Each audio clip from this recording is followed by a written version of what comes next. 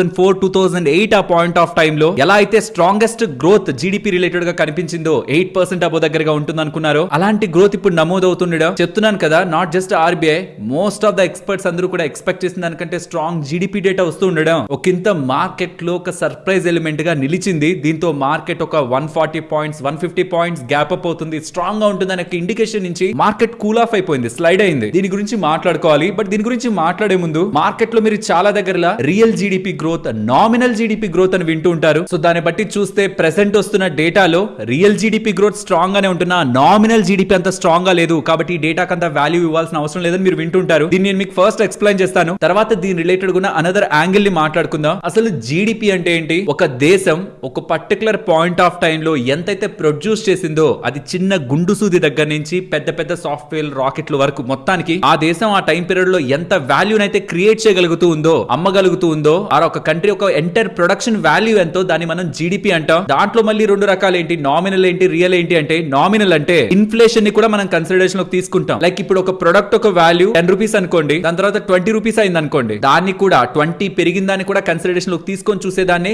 Nominal GDP అంటారు. ఇదే important, real GDP కాదు ఇంపార్టెంట్. ఎందుకంటే కార్పొరేట్ ఎర్నింగ్స్ అన్ని కూడా నామినల్ జీడిపిని బేస్ చేసుకునే ఉంటాయి. కాబట్టి ఇది ఎంత స్ట్రాంగ్ గా ఉంటే అంత మంచిది. కానీ ఇప్పుడు వచ్చిన నామినల్ జీడిపి అంత స్ట్రాంగ్ గా ఏం లేదు, 8.7 ఉంది. అది మార్కెట్ ఎక్స్పెక్టేషన్స్ కంటే బెటర్ గానే ఉంటున్నా. నామినల్ జీడిపి 8.7 నమోదైనా రియల్ జీడిపి 8.2 రావడానికి యాక్చువల్లీ అంత ఉండకూడదు, తగ్గుండాలి. ఉండడానికి ప్రధానమైన కారణం రీసెంట్ టైమ్స్ లో మన ఇన్ఫ్లేషన్ తక్కువ ఉంటుండడం. నామినల్ జీడిపి 8.7 లో ఉన్న రియల్ జీడిపిని 8.2 లో ఉంచేసరికి, రియల్ జీడిపి అంటే ఏంటి, ఇన్ఫ్లేషన్ ని తీసి చూస్తారు. ఇన్ఫ్లేషన్ ని తీసి చూస్తారంటున్నాం. రీసెంట్ టైమ్స్ లో ఇన్ఫ్లేషన్ తక్కువ ఉంది కాబట్టి నామినల్ జీడిపి కంటే చాలా తక్కువ ఉండాల్సిన రియల్ జీడిపి, నామినల్ జీడిపికి దగ్గరగా రియల్ జీడిపి హైయర్ వాల్యూలో వస్తుండడం. ఒక వర్గమేమో నామినల్ జీడిపి కదా, కార్పొరేట్ ఎర్నింగ్స్ కి దగ్గరగా ఉండేది, ఇదేమో పెద్ద పెరగలేదు. రియల్ జీడిపి ఇన్ఫ్లేషన్ తక్కువ ఉండడం కారణంగా అలా ఉంది. అంత సినారియో, ఇండియా గ్రోత్ సినారియో అలా ఏం లేదు అనేలా కొంతమంది అంటుంటే, నార్మల్ ప్రాక్టీసెస్ తోనే కదా క్యాలిక్యులేట్ చేస్తున్నారు రియల్ జీడిపిని, నామినల్ జీడిపిని. సో ఆన్ కమింగ్ టైం ఈ nominal GDP and real GDP growth కూడా సిమిలర్ ట్రాక్ లోనే ఉంటే ఇండియా స్ట్రాంగ్ గానే గ్రో అవుతున్న కంట్రీ. కాబట్టి ఫస్ట్ థింగ్ ఇది నెగిటివ్ గా చూడాల్సింది కాదు, పాజిటివ్ గా చూడాల్సింది అనేలా కూడా ఒక సైడ్ ఆఫ్ పీపుల్ మనకి ఎకానమీ రిలేటెడ్ గా మాట్లాడుతున్నారు. నేను సెకండ్ సైడే ఉన్నాను. బికాస్ ఆర్బీఐ కానీ ఇండియా అండ్ ఇంటర్నేషనల్ గా ఉంటున్న రీసెర్చ్ ఇన్స్టిట్యూట్స్ ఇవన్నీ కూడా ఇండియా రిలేటెడ్ గా ఇచ్చిన growth, GDP growth both for the nominal and real కంటే కూడా మన ఇండియా స్ట్రాంగ్ జీడిపి గ్రోత్ నే పోస్ట్ చేసింది. అందులో కూడా మీరు గమనిస్తే ఫైనాన్షియల్ సర్వీసెస్ అండ్ మ్యానుఫ్యాక్చరింగ్ రెండు సిలిండర్స్ కూడా స్ట్రాంగ్ గా ఫైర్ అయ్యాయి. అండ్ ప్రైవేట్ క్యాపెక్స్ కూడా ఈసారి స్ట్రాంగ్ గా ఉంది. అండ్ పబ్లిక్ అడ్మినిస్ట్రేషన్, డిఫెన్స్ పరంగా కూడా స్ట్రాంగ్ స్పెండింగ్ ఈసారి కనిపిస్తుంది. కాబట్టి